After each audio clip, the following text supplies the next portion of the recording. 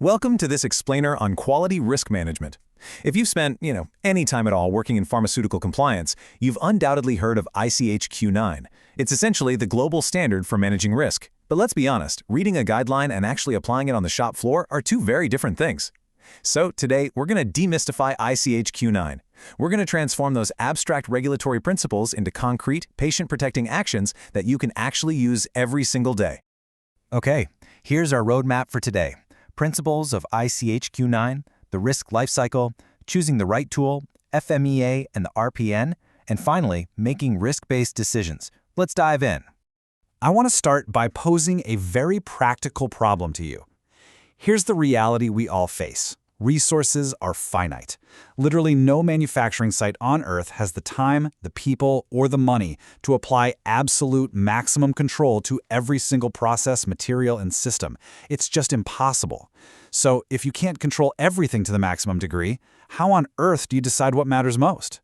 Well, the ultimate solution to that puzzle is risk-based proportionality. Section 1. Principles of ICH-Q9. Modern good manufacturing practice has completely shifted away from that old, rigid, one-size-fits-all approach. Think about it. A sterile injectable and a simple topical cream simply don't warrant identical levels of control, right?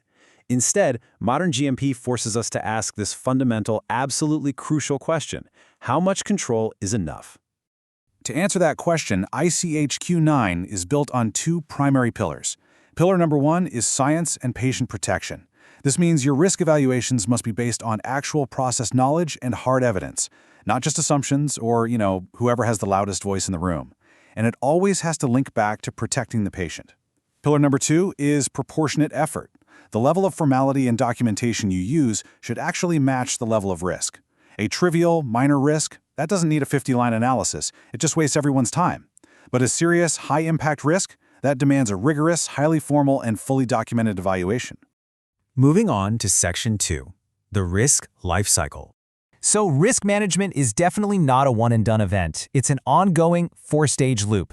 Stage 1 is risk assessment, where we identify what could go wrong, analyze the likelihood and impact, and evaluate if it's acceptable. Stage 2 is risk control, where we actively reduce the risk or consciously choose to accept it. Stage 3 is risk communication, which is just making sure everyone who needs to know is actually informed. And Stage 4 is risk review. This one is vital. An assessment isn't just printed out and filed away in a cabinet forever. Any new knowledge, process changes, or deviations must act as a trigger to pull that assessment back out and review it. Section 3. Choosing the right tool. To actually execute that life cycle, we need specific tools. And selecting the right method is the critical first step to an effective assessment, because different problems require different tools. FMEA is perfect when you need to analyze how each part of a defined process could fail. HACCP is excellent for flowing processes to pinpoint critical control points like contamination pathways. HAZOP relies on guide words to probe deviations in complex engineered systems, and PHA, or preliminary hazard analysis, well, that's your go-to for an early, high-level scan when you kind of don't have all the details yet. Now, no matter which tool you use, you have to decide how you're going to measure the risk. Most GMP assessments are qualitative, using descriptive scales like high, medium, or low. It's faster and relies heavily on expert judgment. Quantitative measurement, on the other hand, uses exact numerical probabilities. But here's the catch. It requires incredibly robust data to be meaningful, which is exactly why it's strictly reserved for high-stakes decisions where that data actually exists. Section 4. FMEA and the RPN. Let's look closer at FMEA, which really is the workhorse tool here. It revolves around scoring 3 specific building blocks. The first is severity. Basically, how serious is the effect if the failure happens? This is driven entirely by the impact on the patient.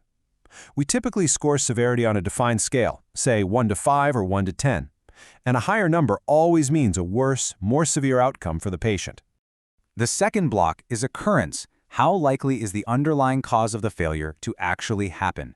This one is driven by frequency. Keep in mind a single failure mode might have 3 or 4 entirely different causes, and each one of those causes requires its own separate occurrence score. The third block is detection.